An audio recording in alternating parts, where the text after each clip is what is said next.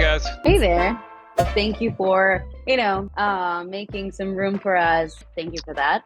So first of all, I wanted to ask, how did you start your company? When did that happen? Mhm. Maybe what was your biggest challenge back then? So I have an independent company that does smaller architectural projects, and I also Mhm. work for a more established architect here in Santa Fe who does bigger commercial and residential projects. And so I had Mhm. been doing drafting for him for a number of years, as well as sort of smaller projects as they came up.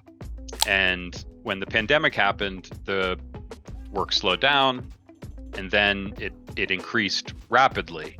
And I found myself in a position where I just absolutely did not have the capacity to get the drafting work done that I needed, where I was being forced to work, two shifts basically, like a day shift and a night shift where I actually did the drafting. And I tried to hire people locally, but Santa Fe is a pretty small market, and there's not a lot of younger people here. There's no architecture school, and I wasn't able to, or I should say, it didn't go well. Where I found people were very demanding. They wanted really high pay. They wanted to tell me how to do things. And I was trying to explain to them that actually, no, the client is telling me what to do. When I was at the sort of lowest ebb of like, I do not know how I'm going to get this done, I had a few hard deadlines coming up. I got contacted on LinkedIn.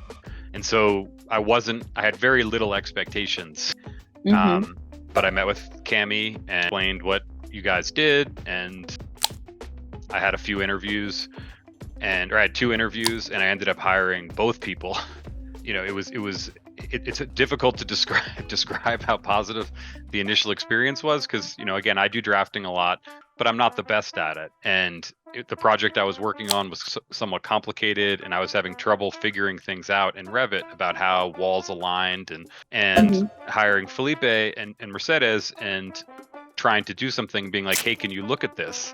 And then coming back 2 hours later, and it was all figured out and done. It just all made sense now, and he had corrected all these errors that I didn't even see, and it was just like, oh my god, this is amazing. Magic.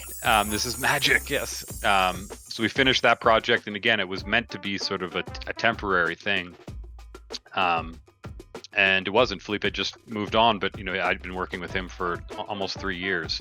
Yeah, and so I've cycled through a number of people, and as people have moved on or things have changed, and it's been very consistent in terms of the quality of people that I've been working with, and that has been the biggest amenity for me